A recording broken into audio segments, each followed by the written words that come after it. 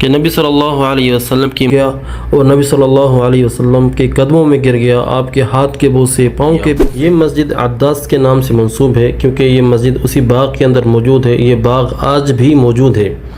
بسم اللہ الرحمن الرحیم، السلام علیکم ورحمۃ اللہ وبرکاتہ۔ میرا نام ہے عبداللطیف چوہان، مکہ المکرمہ سے۔ آج میں طائف کے اندر آیا ہوا ہوں اس جگہ کی زیارت کرنے کے لیے جہاں پر آپ صلی اللہ علیہ وسلم نے کچھ دیر آرام کیا تھا، جب اہل واپسی میں اس جگہ پر پڑاؤ کیا اور آپ صلی اللہ علیہ وسلم کے سامنے انگوروں کے گوشے اور پانی پیش کیا گیا۔ عداس کا قصہ اسی باغ سے جڑا ہوا ہے، تو اس جگہ کی ہم زیارت کرنے کے لیے آئے ہیں، تو ویڈیو کو آپ مکمل دیکھیے گا آخر تک، آپ کو بہت ہی معلومات ملنے والی ہیں طائف کی زیارات کے حوالے سے۔ اب میں اس باغ کی طرف جا رہا ہوں جس باغ کے انگور نبی صلی اللہ علیہ وسلم کو پیش کیے گئے۔ میں مختصراً آپ کو قصہ بتاتا ہوا چلوں کہ نبی صلی اللہ علیہ وسلم کی مدد سیدہ خدیجہ الکبریٰ اور حضرت ابو طالب بہت زیادہ مدد اور ہیلپ کیا کرتے تھے ہر معاملے کے اندر۔ جب سیدہ خدیجہ الکبریٰ کی وفات ہوئی اور اسی سال حضرت ابو طالب کی بھی وفات ہو گئی، تو اس کے بعد اہل مکہ نبی صلی اللہ علیہ وسلم کو بہت زیادہ پریشان کرنے لگے، تو آپ صلی اللہ علیہ وسلم نے سوچا کیوں نہ باہر سے مدد لی جائے۔ تو آپ صلی اللہ علیہ وسلم طائف پہنچے اور طائف کے اندر 3 بھائی سردار تھے، عبد الجلیل، حبیب اور مسعود۔ یہ 3 بھائی سردار تھے طائف کے اندر۔ آپ صلی اللہ علیہ وسلم نے ان 3 بھائیوں کو دین اسلام کی دعوت پیش کی، انہوں نے دعوت ٹھکرا دی، تو آپ صلی اللہ علیہ وسلم بہت زیادہ پریشان ہوئے۔ تو آپ نے ان سے کہا کہ دیکھو تم نے دین اسلام نہیں قبول کیا، لیکن یہ بات میرے اور آپ کے درمیان رہے، آپ نے مکہ والوں کو یہ بات نہیں بتانی۔ انہوں نے نبی صلی اللہ علیہ وآلہ وسلم کی یہ بات نہیں مانی، بلکہ حد سے تجاوز کرتے ہوئے علیہ وسلم کے پیچھے لگا دیا کہ نبی صلی اللہ علیہ وآلہ وسلم کو راستے میں تنگ کریں۔ تو انہوں نے نبی صلی اللہ علیہ وآلہ وسلم پر پتھراؤ کیا اور آپ صلی اللہ علیہ وسلم اتنے زخمی ہو گئے کہ آپ صلی اللہ علیہ وسلم کے نالین۔ تو راستے میں یہ باغ آیا اور اس مقام کے قریب ایک دوسری مسجد ہے جہاں پر نبی صلی اللہ علیہ وآلہ وسلم نے پڑاؤ کیا۔ یہ مسجد عداس کے نام سے منسوب ہے کیونکہ یہ مسجد اسی باغ کے اندر موجود ہے، یہ باغ آج بھی موجود ہے۔ عداس وہ شخص ہے جو نبی صلی اللہ علیہ وآلہ وسلم کے پاس انگور کے گوشے لے کر آیا تھا اور اس نے گوشے نبی صلی اللہ علیہ وسلم کے سامنے پیش کیے، تو آپ صلی اللہ علیہ وسلم نے بسم اللہ پڑھ کر کھانا شروع کیا۔ کہنے لگا کہ یہاں کے رہنے والے لوگ اس طرح کے کلمات تو نہیں کہتے، آپ کیسے کہہ رہے ہیں؟ تو آپ صلی اللہ علیہ وسلم نے پوچھا کہ تم کون ہو اور کہاں سے ہو؟ عداس نے کہا میں نینوا سے ہوں اور نصرانی ہوں۔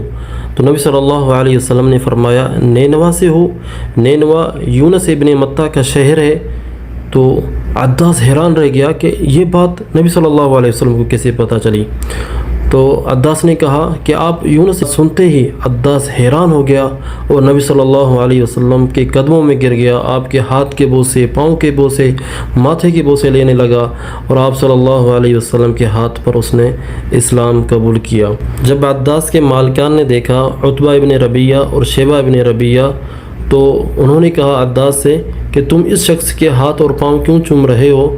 تو عداس نے کہا کہ اس شخص نے وہ بات کہی ہے جو صرف ایک نبی ہی جان سکتا ہے، اس کے علاوہ اور کوئی شخص یہ بات نہیں کہہ سکتا۔ آپ نے کبھی انجیل کا درخت دیکھا ہے؟ یہ دیکھیں، یہ پھل لگے ہوئے ہیں، یہ ہے انجیل کا درخت، ماشاءاللہ۔ یہ قریب سے دیکھیں آپ، یہ انجیل کا درخت ہے اور اس کے یہ پھل ہیں، ماشاءاللہ۔ روڈ کے اس پار جو آپ باغ دیکھ رہے ہیں یہ وہی باغ ہے عداس والا، اور عداس والی مسجد ہم دیکھ کر آئے ہیں۔ تو روڈ کے اس پار جو ہے ایک مسجد بنی ہوئی ہے مسجد علی کے نام سے۔ تو کہا جاتا ہے کہ نبی صلی اللہ علیہ وسلم نے یہاں پر پڑاؤ کیا تھا، یہاں پر اس مقام پر نبی صلی اللہ علیہ وسلم کو انگور کے گوشے پیش کیے گئے تھے۔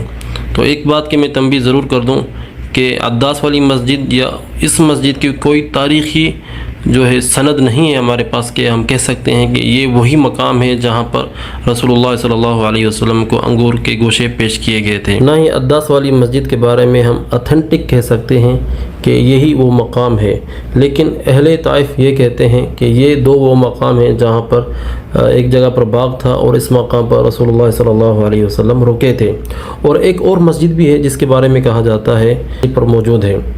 تو میں نے سوچا کیوں نہ اس مقام کی ویڈیو بنائی جائے اور آپ کو دکھایا جائے۔ تو الغرض نبی صلی اللہ علیہ وسلم ان دونوں جگہوں میں سے کہیں ایک جگہ ضرور رکے ہوں گے۔ تو کبھی آپ کا عمرے کے لیے آنا ہو تو آپ طائف آئیں تو یہ مقامات آپ ضرور وزٹ کریں جو نبی صلی اللہ علیہ وآلہ وسلم کی یاد سے جڑے ہوئے ہیں۔ اور یہاں پر میں ایک بات کی اور مزید تنبیہ کروں تو آپ دیکھ رہے ہیں کہ یہ مسجد جو ہے یہ آباد مسجد ہے، یہاں پر نمازیں پڑھی جاتی ہیں۔ تو ہمارے زائرین جو بھائی ہیں، جرابوں کے اوپر لکھا ہوا ہے، پلروں کے اوپر لکھا ہوا ہے، تو اپنے نام لکھتے ہیں، یہ چیزیں غلط ہیں، ان چیزوں سے اجتناب کریں۔ اس کے مینار کے اندر چلتے ہیں، دیکھتے ہیں دی جاتی تھی۔ یہ لکڑی دیکھیں آپ،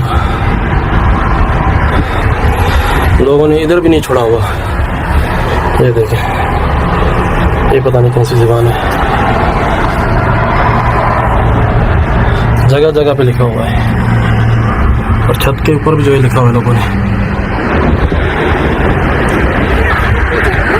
اور یہاں سے جناب وزٹ کریں طائف سٹی کو، ماشاء اللہ ماشاء اللہ۔ یہ دیکھیں جناب، کھیتی باڑی بھی ہو رہی ہے، یہ بھائی پتہ نہیں بنگلہ دیشی ہیں پاکستانی ہیں، ماشاء اللہ۔ میں تو بڑے عرصے کے بعد جو ہے کھیتی باڑی دیکھ رہا ہوں،